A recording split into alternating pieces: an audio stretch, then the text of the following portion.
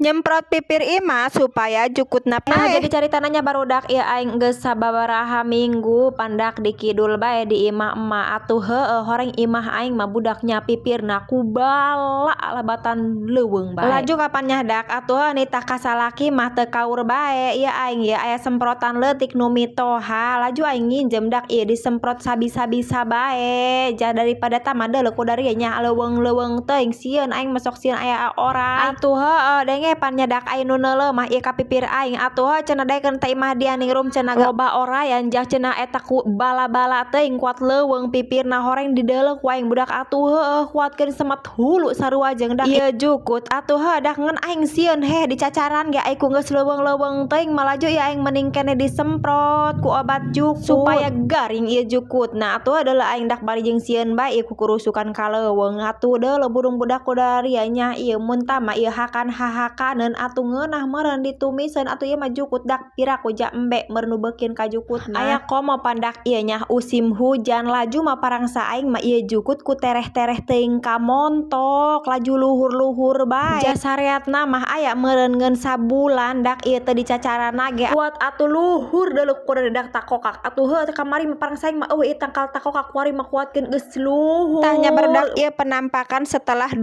poe disemprot daknya atuh heuh ja paeh bae pan aya disemprot mah dak pangaruh daripada dicacaran mah ribet.